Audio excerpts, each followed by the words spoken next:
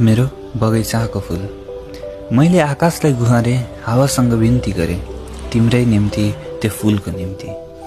जुन फूललाई मैले माया गरेर रोपेको थिएँ, जुन फूललाई मैले मन खोलेर सिँचाइ दिएको थिएँ, तर त्यही पनि मेरो बगैँचामा त्यो फूल फुल्न सकेन। घामको न्यानो र सिरेटोको स्पर्श दुवै मिसाएर उसलाई दिएँ। तुलसीका गन्धहरू छरे, बिहानीको शीत बटुलेर चुम्बन गराएँ, तर तैपनि मेरो बगैँचामा त्यो फूल फुल्न सकेन।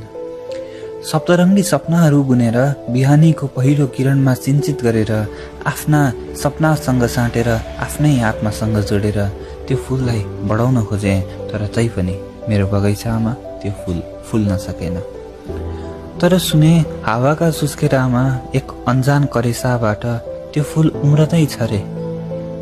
मेरा हातहरूले छुन नसकेको फूल, मेरा आँखाले हेर्न नसकेको रङ्ग, मेरा सपनाले सिञ्चन गर्न नसकेको सुवास कसैको आँगनमा मुस्कुराउँदैछ रे। मैले लाखौं प्रयास गर्दा पनि मेरो बगैँचामा नसरेको फूल अरू कसैको करेसामा आफै उम्रिँदैछ रे, अरू कसैको करेसामा आफै उम्रिँदैछ।